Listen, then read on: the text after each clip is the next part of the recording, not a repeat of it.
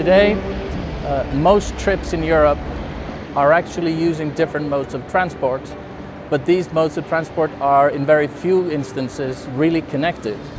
And that means that the traveler in Europe cannot see perhaps the most efficient travel options that may combine different modes of transport, using public transport, connecting to a railway and then connecting to an airplane.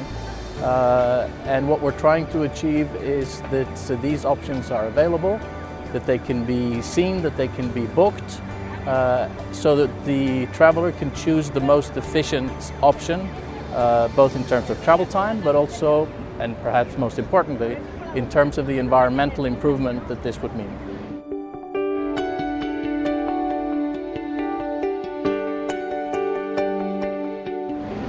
We work very closely with all stakeholders in on this issue, with the European Commission.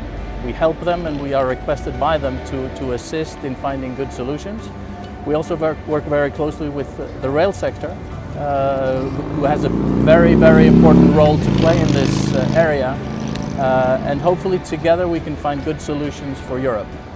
We also lead a consortium that has just developed a study on multimodal information and ticketing systems, and the conclusions that we have drawn from that, I think, will shape how Europe looks at this challenge in the years to come.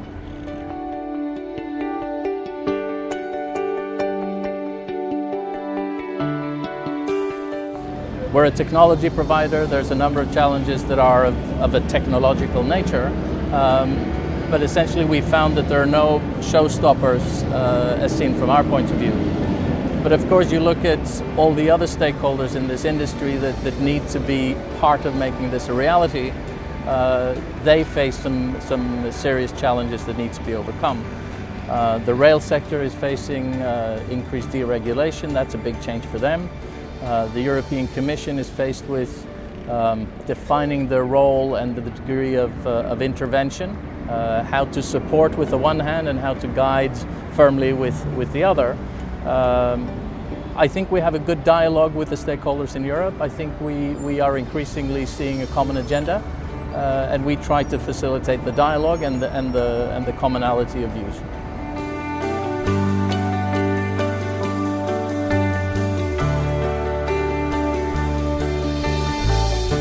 I think the biggest change we will see is the change or the shift from the use of private cars to public transport.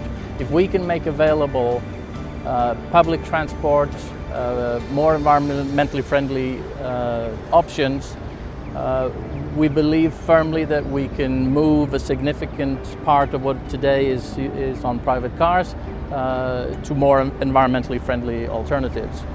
And of course, if we can make that happen, that'll increase the volume of passengers on some of these transport modes, perhaps even increasing revenue so that we can see an increased investment into physical infrastructure, connectivity between transport modes, connecting the railway stations with the airport and so on and so forth, which then again fuels new alternatives, perhaps even new entrants as markets are deregulated, and more travel options will become available. So this becomes a virtuous circle that will be very, very good for Europe, for the European traveler, but not least for the European environment. So for this development process to be sustainable, I think we need to start connecting modes of transport where it matters the most. So even though we would like to see that, bicycle renting or whatever the options are become available quickly, I think that we need to ensure that we start with a process that gets the bigger volumes connected, and then we work from that with the ambition to have this integration come over time.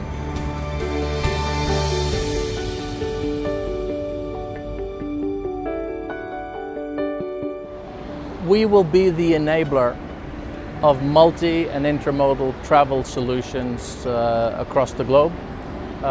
We will be the leading IT provider that supplies, the different transport sectors with their technology needs to be a part of this vision. And as such, we hope to play our part in making Europe, in this instance, a much better place to be for the European citizen.